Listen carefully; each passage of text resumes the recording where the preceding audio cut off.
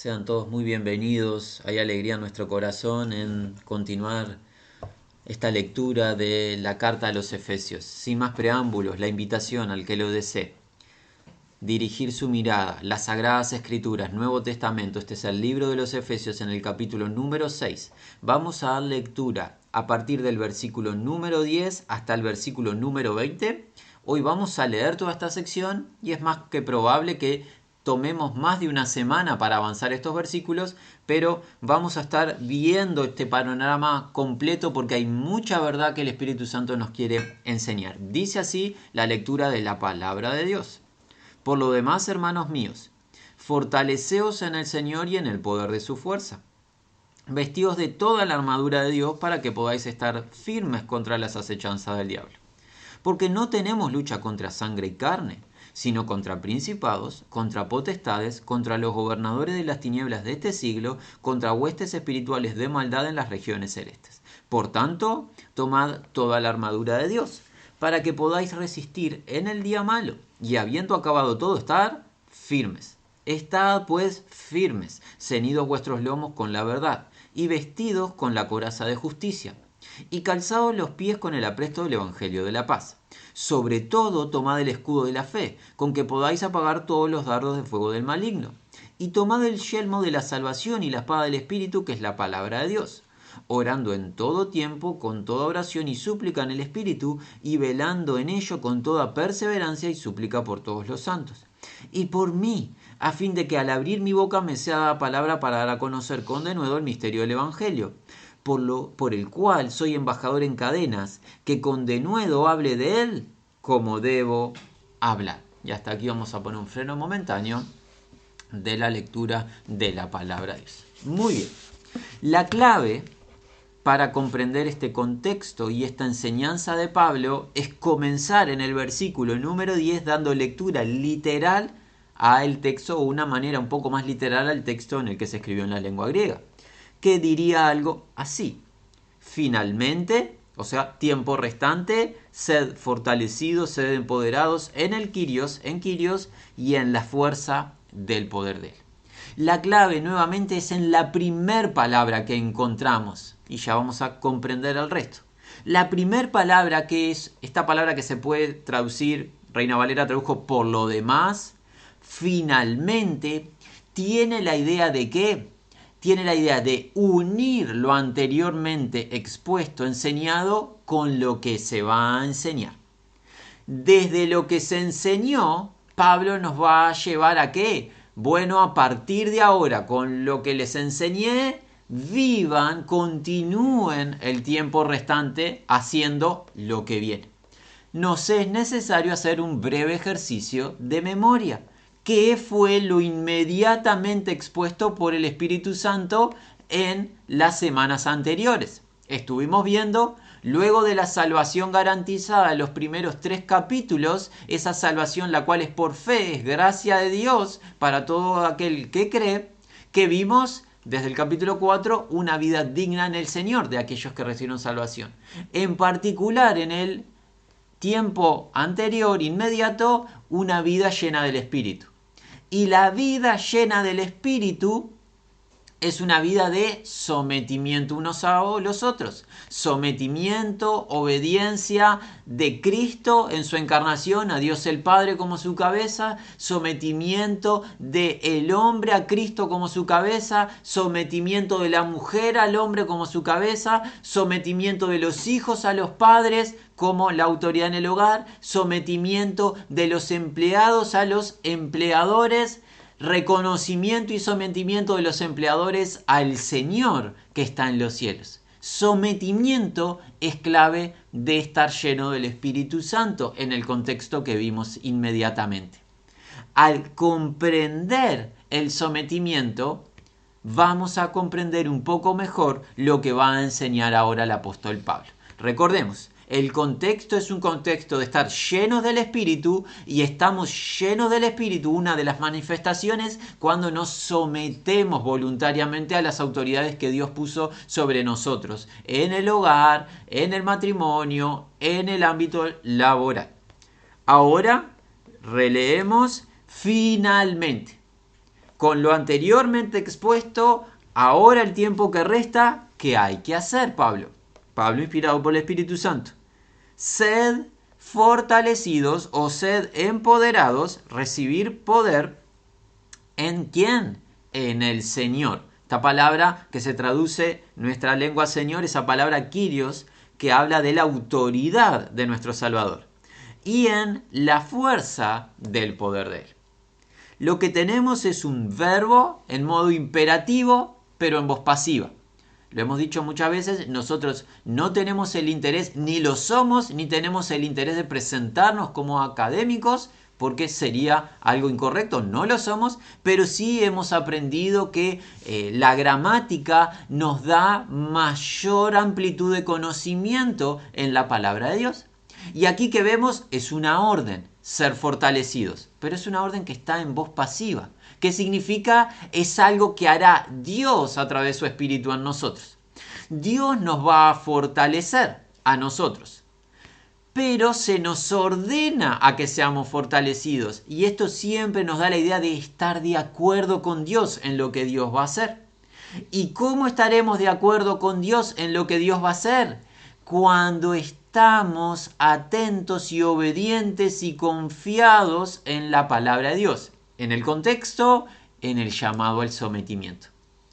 Para poder practicar lo que viene, lo que va a decir el versículo 10, pero los versículos que vienen, y se nos va a contar de en qué ámbito estamos inmersos en esta tierra. Si tú leíste en los primeros minutos, habrás visto que hay una batalla que nos aguarda, en la cual hombres y mujeres, hijos e hijas de Dios, estamos todos involucrados. Para poder estar involucrados en dicho ámbito, vamos a necesitar una fortaleza, un poder. Y para recibir ese poder de parte del Señor, tenemos que ¿qué? Estar llenos del Espíritu. Hay una conexión entre la fuerza y el Espíritu de Dios. Y para estar lleno del Espíritu, hay que aceptar el llamado al sometimiento. Esta palabra, esta acción en que hemos recibido, este verbo imperativo, pero en voz pasiva, que Dios va a hacer en nosotros a través de su Espíritu, cuando confiamos en Él, y obedecemos su palabra, este verbo se utiliza otras veces en el Nuevo Testamento, en esta lengua griega, pero también hay una relación con la lengua hebrea y el Antiguo Testamento. Vemos este verbo en distintas secciones. Cuando se nos llama a hacer nosotros en el Nuevo Testamento a modo de una acción, una orden, lo vemos en voz pasiva. Y si no, es una acción directa que Dios realiza en nosotros. Para recordar una de las secciones en donde se habla de la fortaleza y comprender más lo que Pablo nos está enseñando, pensemos en el libro de Romanos, en el capítulo número 4, en la descripción de ese varón tan importante en el consejo de Dios, padre de nosotros en la fe. ¿De quién hablamos? Abraham. En la descripción de la vida de Abraham, Pablo nos cuenta de la promesa de Dios a Abraham. Iba a llegar a ser padre de multitudes, padre de etnias, naciones. Iban a surgir a través de Abraham. Pero recuerden el contexto. Desde haber recibido la promesa hasta antes de recibirla pasó casi que un cuarto de siglo. Casi 100 años tenía de edad Abraham. Y su esposa, una mujer de avanzada edad, estéril, o sea, con su posibilidad de alumbrar anulada. ¿Qué vemos? Un contexto adversario. La lógica terrenal nos hubiese hecho pensar es inviable que se cumpla lo anticipado por Dios. Pero ¿qué dice el texto en el libro de Romanos? Que Abraham se fortaleció en fe. ¿Por qué se fortaleció? Porque creyó que Dios era poderoso para cumplir lo prometido. Por ende, la fortaleza de Abraham, ¿de dónde vino? Te podemos decir algo. No vino de la fortaleza física de Abraham. No es que Abraham se estaba volviendo más joven. No vino de la fortaleza física de Sara. No vino de un centro medicinal avanzado en la época. No había tal cosa. ¿De dónde vino la fortaleza de Abraham? De la confianza en el Dios que prometió, por ende en la fidelidad del que emitió la promesa, pero además de la fidelidad que lo habla y lo denota como un ser confiable, Dios no miente, además de su fidelidad, confió en el poder de Dios. ¿Poder para qué? Para realizar lo prometido, que era un acto sobrenatural. No se podía realizar la acción de alumbramiento en el vientre de Sara de manera natural. El vientre había perdido la posibilidad de dar a luz un hijo.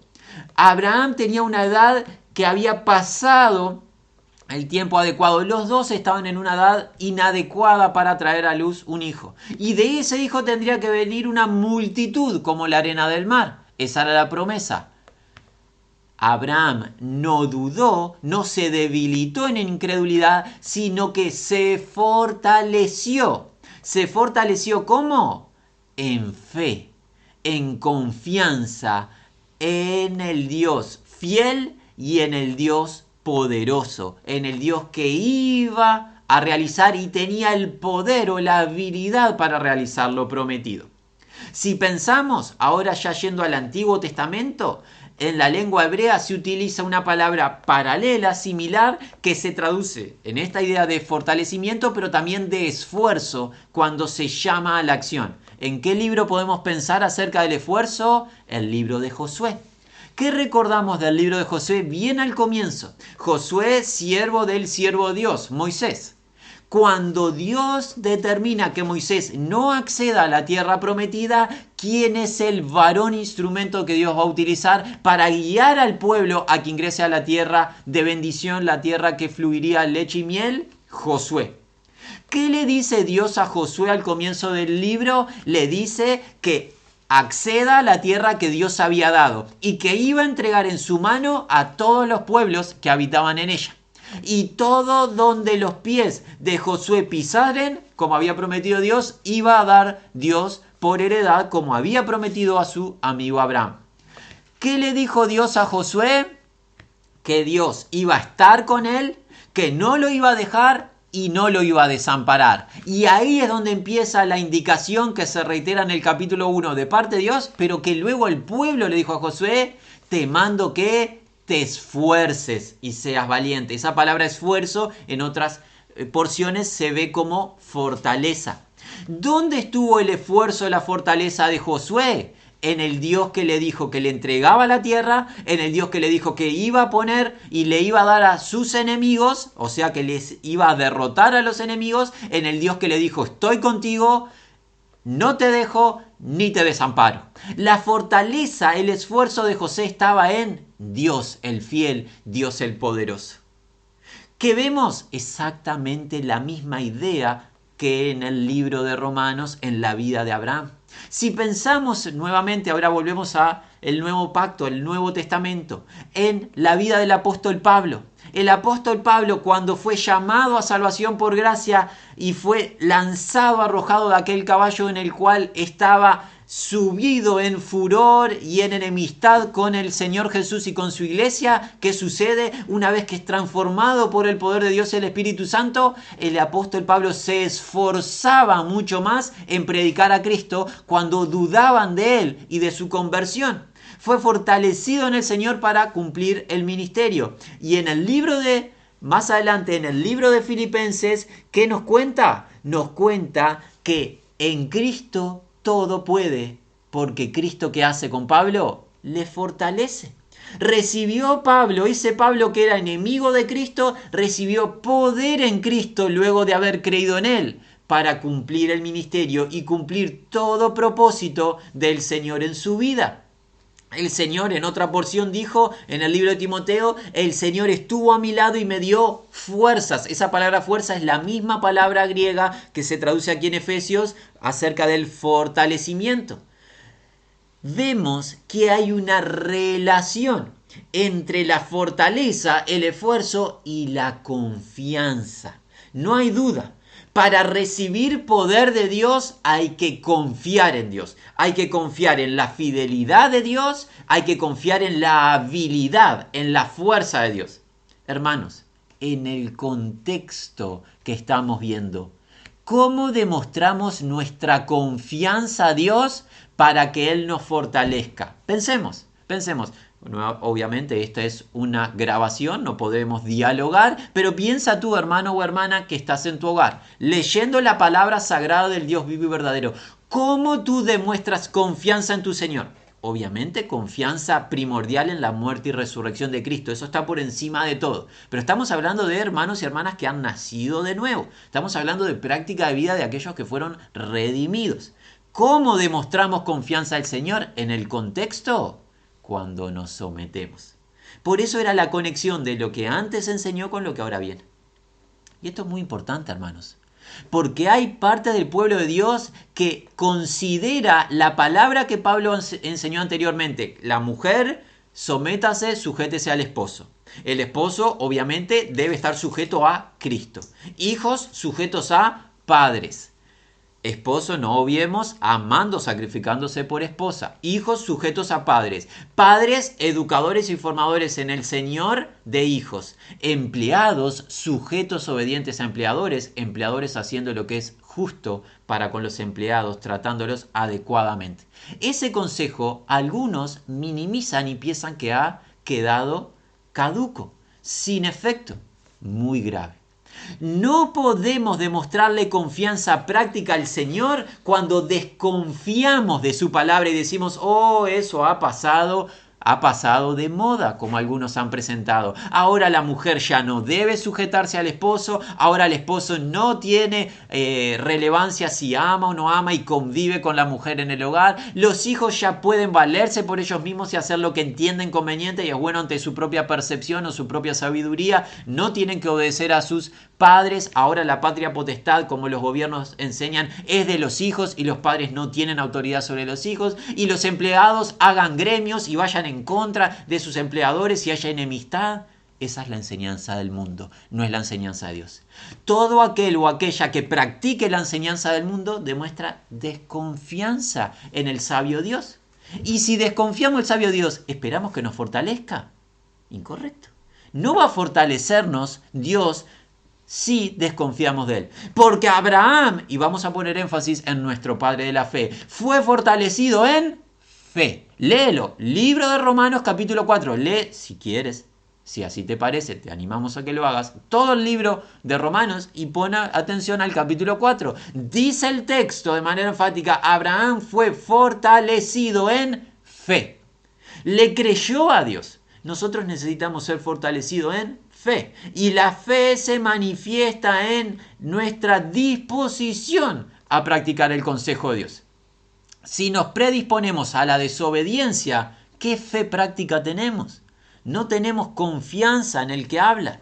Hay que confiar en que Dios dice que la mujer se tiene que sujetar al esposo, eso es bueno, hay que confiar. Dios dice que el hombre se tiene que sacrificar por la esposa, eso es bueno. Dios dice que los hijos tienen que obedecer a los padres, eso es bueno. Dios dice que los padres tienen la prioridad de educar en el Señor, enseñar la palabra de verdad a los hijos, eso es bueno. Dios dice que los empleados tienen que obedecer a sus jefes, a sus patrones, a sus empleadores, eso es bueno. Dios dice que los empleadores tienen que tratar dignamente y justamente a sus empleados, eso es bueno. Hay que confiar en el Señor. Y si confiamos, ¿qué vamos a recibir? Fortaleza, poder. ¿Poder de quién? Te podemos decir algo. No va a ser poder de un ser débil. Se enseña en la Escritura que el Señor es el Altísimo, el Sublime, el Todopoderoso, de aquel que se declara que la creación teme ante su presencia. Nadie puede permanecer en pie delante de Él. Él tiene el universo en la palma de su mano. Él te fortalece. Qué bueno es saber, no importa nuestra fuerza física, no importa nuestra edad, no importa nuestra presencia, nuestra cantidad de recursos. Importa quién nos fortalece. ¿Qué necesitamos? Confiar. Confiar y seremos fortalecidos. Seremos fortalecidos. Alguien dirá, ¿para qué? Qué buena pregunta. Porque habrá respuesta. Versículo 11. Dice así. Dice, vestíos de la completa armadura de Dios para estar habilitados para estar firmes contra los métodos del diablo. Fortaleza en el Señor a través de su confianza. Al fortalecernos recibiremos equipación. ¿De qué? De una vestidura especial, armadura. Y en este encuentro no vamos a poner el foco en ella. ¿Por qué? Porque la semana entrante, si Dios lo permite, va a describir el apóstol Pablo dicha armadura en relación a la vida espiritual. Así que por hoy vemos que Dios tiene una armadura para sus hijos. Es la armadura de Dios que se nos equipa a nosotros a través de la confianza. Pero lo que nos interesa es para qué esta fortaleza y para qué necesitaríamos una armadura. La respuesta está aquí. Para asigna razón. Para estar habilitados o estar posibilitados ¿de qué? De permanecer, estar parados firmes. Ya seguimos. La fortaleza que el Señor nos da, las fuerzas que provienen del Señor cuando confiamos en Él, con la armadura con la cual nos equipa, nos va a dar algo. La habilidad, la capacidad de estar de pie firmes. Por ende, si tú no tienes fortaleza, y ya vamos a ver firmes ante qué, ya llega en este mismo versículo 11, pero frenemos. Si tú no tienes la fortaleza del Señor porque desconfías de Él y de su palabra, si tú no tienes la armadura que Él otorga, ¿qué vas a tener? Inestabilidad. Y no hay situación más desagradable en la vida que la inestabilidad. Nunca hemos oído a alguien que diga qué bueno es la incertidumbre. Qué bueno es la inestabilidad económica, la inestabilidad de salud, la inestabilidad familiar. Nos agrada el no saber qué nos pasa ni qué sucede. Nunca escuchamos a nadie hablar así. ¿Qué busca el ser humano? Estabilidad. En el ámbito terrenal, obviamente, pero estamos hablando de la estabilidad espiritual. Fortaleza, firmeza. ¿Qué nos gusta? Estar firmes. A nadie le gusta tambalear. Es desagradable estar tambaleando en lo que sea, estar desalineado, desajustado. No nos gusta conducir vehículos que estén desalineados y que no tracen las líneas en la carretera. ¿Nos daría qué? Incertidumbre, puede haber un accidente. Bueno, así es la vida, ¿verdad? Bueno, cuanto más en el apartado espiritual. Si no confiamos en el Señor y en su palabra, no recibiremos fuerza de Él. No tendremos esa armadura eficaz de Dios que nos da firmeza. ¿Y nos da firmeza ante qué? Mira lo que dice, versículo 11 hacia el final. Firmeza contra los métodos del diabolos. O sea, del adversario. Y aquí es donde vamos a apelar a la atención y esperemos al conocimiento de las escrituras de aquellos que escuchan. La palabra de Dios nos enseña que hay un adversario de nuestras almas, que es el adversario de Dios. Es adversario de nuestras almas porque nosotros ahora somos los hijos y las hijas de Dios por creer en Jesucristo. Al creer en Jesucristo pasamos directamente ¿a qué? Nos convertimos en adversarios de esta criatura caída. De él se enseñan las escrituras. Nosotros no vamos a poner el foco de atención hoy en él, pero sí podemos decir brevemente. Es una criatura, por ende no es creador, pero es una criatura hecha de parte de Dios que se rebeló contra Dios y su objetivo es estar en contra del plan de Dios. Todos los designios e intereses y esfuerzos de este ser, junto, como vamos a ver, con los seguidores de él, se oponen al plan de Dios, a los designios de Dios. Dios está en conocimiento de todo, está por encima de todo. El adversario no tiene mayor poder que nuestro Dios, pero es un ser real, tiene acciones reales y el objetivo de él es que tengamos incertidumbre, inestabilidad y no tengamos firmeza en el contexto. El adversario no puede remover nuestra salvación ni nuestra unión a Cristo, pero sus acciones de engaño, estos métodos tienen la idea de engaño, pueden afectar nuestro diario vivir cuando nosotros no estamos firmes en el Señor a través de la confianza. Si nosotros desconfiamos de la enseñanza del Señor, el adversario va a traer inestabilidad a nuestra vida y vamos a perder eficacia, eficiencia en nuestro llamado y en el ministerio que el Señor nos ha dado a cada uno. Necesitamos con urgencia la fortaleza que viene del Señor. necesitamos con urgencia estar equipados con la armadura de Dios. Porque hay un adversario, es enemigo. Y ese enemigo no tiene ningún designio de favor hacia nosotros. Él quiere causar daño en nuestras vidas. Él quiere nuestra inestabilidad, nuestra incertidumbre. Él tiene engaño. Esa palabra método tiene la idea de engaño. Tiene la idea de ofrecer algo que nunca se va a cumplir, porque él es mentiroso, dice la escritura, dentro de las muchas calificaciones, y es el padre de la mentira. La mentira, el engaño provienen ¿de quién? De este adversario, de este ser que es calumniador, que difama y que acusa ante el trono de la majestad a los hijos y las hijas de Dios. ¿Por qué? ¿Por qué, hermanos y hermanas, estaríamos en favor de alguien que nos acusa ante nuestro Padre Celestial? No estemos en su favor. Y alguien dirá, ¿y quién está a favor del adversario cuando desconfiamos de la palabra de Dios? Sin darnos cuenta estamos en favor de la estrategia del adversario. No lo hacemos conscientemente. Nadie dice, oh, quiero estar en favor del adversario. Claro que no. Pero con nuestro accionar, si desconfiamos del Padre confiable, del ser que no miente, del Padre de las luces, del Dios vivo y verdadero, si desconfiamos de su poder, de su verdad, estaremos accionando en favor del adversario. No hagamos eso. Él no quiere nuestro bien, el adversario. Él procura engañarnos para traer inestabilidad. Miren cómo sigue. Viene una verdad importante. 12.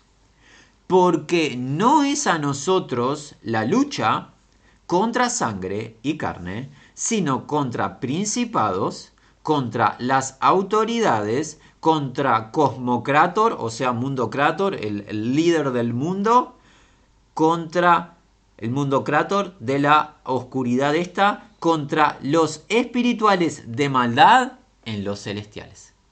¿Qué nos enseña el versículo 12? Estamos todos y todas inmersos, los hijos y las hijas de Dios, en una batalla, en una guerra, en una lucha, pero no física, no una lucha tangible que a través de la fortaleza y la equipación física, musculatura y el avance de nuestros cuerpos vamos a poder prevalecer. Esta es una lucha espiritual. Y ahora el versículo 12 nos demuestra algo. No solo tenemos un adversario, el adversario es el líder del reino caído. ¿Qué enseña el versículo 12? Que el adversario, este Mundocrator, este señor autoridad del mundo, del cosmos, obviamente por debajo del señor del universo, que es nuestro señor, este líder adversario tiene que seguidores. Las escrituras nos cuentan que las criaturas angelicales creadas en un momento de la eternidad de Dios tuvieron la potestad de decidir la fidelidad o no hacia Dios, y parte del ejército celestial se rebeló en contra de Dios siguiendo a este ser caído, el adversario de nuestras almas. Estas criaturas caídas angelicales invisibles al ojo humano operan en el mundo y son nuestros enemigos. Hay distintos rangos aquí.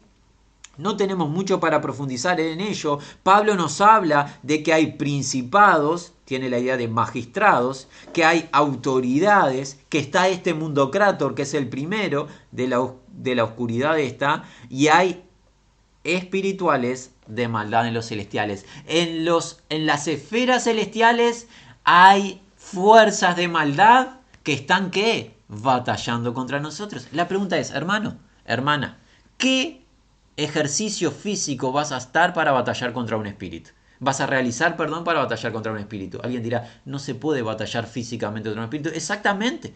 No hay la posibilidad física de batallar contra un espíritu. Por eso, qué bueno fue ver la vida de Abraham. ¿Te acuerdas qué dijimos de Abraham? Abraham no tuvo fortaleza física. No miró su fuerza física, estaba casi muerto. No miró la fuerza física de Sara, su vientre estaba estéril, no tenía la posibilidad de engendrar. ¿Cuál fue la fortaleza de Abraham? La fe en el Dios vivo, verdadero, en el Dios fiel, en el Dios de poder. ¿Cuál es nuestra fuerza en una guerra espiritual? En una guerra en la cual nuestra musculatura no puede hacernos prevalecer. Nuestra fortaleza es la confianza en el Señor. Esta es una batalla cuerpo a cuerpo, pero no en el aspecto tangible físico, sino en el espiritual. Y prevaleceremos firmes si confiamos. Si no, seremos ¿qué? Engañados. Y a través del engaño vamos a vivir ¿qué? Inestables, con incertidumbre. Y nadie quiere estar en inestabilidad e incertidumbre porque nos va a quitar la eficacia y eficiencia en el llamado en el Señor. Nuevamente, no pueden nuestros adversarios espirituales remover nuestra salvación, ni remover nuestros nombres del libro del Señor, el libro de la vida, ni remover el espíritu que Dios ha hecho habitar en nosotros, pero sí pueden llegar a un punto de ¿qué? De a través de la mentira confundirnos para que nosotros no andemos en plenitud de gozo, de paz, viviendo en verdad, en justicia, en santidad, sino que creamos el error y la mentira que el mundo está creyendo. Un mundo en tinieblas. Y nótese que aquí se habló de ¿qué? De estas espirituales de maldad y de este mundo creador de oscuridad. Claramente referencias a este reino caído que nubla el entendimiento. Pero amados, Dios nos ha puesto y nos ha equipado, la semana entrante lo vamos a ver, con equipamiento espiritual, porque las armas de la milicia nuestra no son carnales, no son físicas tangibles, sino poderosas en Dios. Y esas armas poderosas nos llevan a la destrucción de cualquier fortaleza y cualquier situación que el adversario quiera traer en nuestra contra. Así que, ¿qué vemos? Que vemos que hay una batalla. Hay una guerra, pero no contra sangre y carne, no contra personas, contra autoridades espirituales, distintos rangos que siguen al líder, al príncipe de este mundo, al adversario de nuestras almas. Esos rangos espirituales de maldad quieren desestabilizarnos de la sincera fidelidad a Cristo.